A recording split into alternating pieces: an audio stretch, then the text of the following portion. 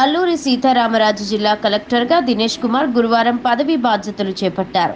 మొదటిగా పాడేరు విచ్చేసిన కలెక్టర్ మోదకొండమ్మ గుడి వద్దకు చేరుకుని మోదకొండమ్మ ఆశీస్సులు తీసుకుని మొక్కుకున్నారు. ఈ సందర్భంగా కలెక్టర్ మాట్లాడుతూ ముఖ్యమంత్రి తనకు ఈ బాధ్యతలు ఇచ్చినందుకు కృతజ్ఞతలు తెలిపారు. ఏజెన్సీలో మంచినీటి సౌకర్యం, విద్య, ఆరోగ్యం, కమ్యూనికేషన్ వ్యవస్థలు అభివృద్ధికి తన వంతు కృషి చేస్తాను అన్నారు. మీడియా కూడా దీనికి సహకరించాలని అన్నారు. ఈ కార్యక్రమంలో జాయింట్ కలెక్టర్ భావన వశిష్ఠ, సబ్ కలెక్టర్ దాత్రిరెడ్డి, జిల్లా కార్యాలయ సిబ్బంది పాల్గొన్నారు. రాష్ట్రవ్యాప్తంగా ఉంది, ఎస్పెషల్లీ కేజీబీవీలు కానీ ఆర్ వెల్ఫేర్ ఇన్స్టిట్యూషన్స్ అన్ని చోట్ల ఈ సమస్యలు ఉన్నాయి. ఇది ప్రభుత్వ దృష్టిలో ఆల్రెడీ ఉంది. ఖచ్చితంగా మనకి పేద ప్రజలకు కావాల్సిన ఎన్హాన్స్మెంట్ ఆఫ్ సీట్స్ లాస్ట్ ఒక 6-7 ఇయర్స్కి ముందు ఉన్న సీట్స్ కూడా కొంత తగిన వాస్తవం. అది మళ్ళీ పెంచడానికి ఖచ్చితంగా ప్రభుత్వ దృష్టికి ఈ విషయాలు తీసుకోవడం జరుగుతుంది. ఐటీడీఎస్ జీబీస్ కూడా రెగ్యులర్గా ఇయర్లీ వన్స్ కూడా జరగట్లేదు సార్.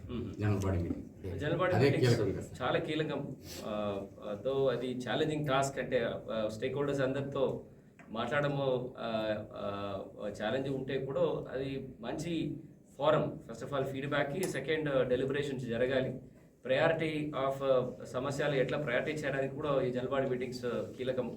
ఖచ్చితంగా జనరల్ బాడీ మీటింగు ఒక పద్ధతి ప్రకారము ముందే ఒక క్యాలెండర్ ఇచ్చేసి ఆ తేదీ ప్రకారం కూడా చేయడానికి ప్రయత్నం చేస్తాం.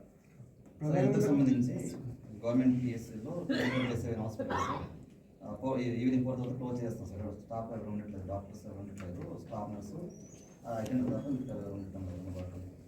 ఓకే. ఇప్పుడు పిహెచ్సిస్ అన్నీ కూడా 24/7 పిహెచ్సిస్గా ఎప్పుడో మనం మార్చడం జరిగింది. గతంలో మనకి ఓన్లీ 1 మెడికల్ ఆఫీసర్స్ ఉంటారు. దానివల్ల ఈ సమస్యలు ఉన్నాయి. ఇప్పుడు ప్రతి పిహెచ్సిస్లో 2 మెడికల్ ఆఫీసర్స్ ఇచ్చారు. సో ఖచ్చితంగా 24/7 చేయడానికి ఏర్పాటు చేస్తాం. దాంట్లో ఎవరు సరిగా అటెండ్ చేయకపోతే వాళ్ళ మీద కఠిన చర్యలు తీసుకోవడం జరుగుతుంది. సార్ చాలామంది మైదాన ప్రాంతాల నుంచి అప్ అండ్ డౌన్ చేస్తున్నారు సార్. ఇప్పటికి పెద్ద స్థాయి వాళ్ళు, చిన్న స్థాయిలు అందరూ కూడా. ఓకే.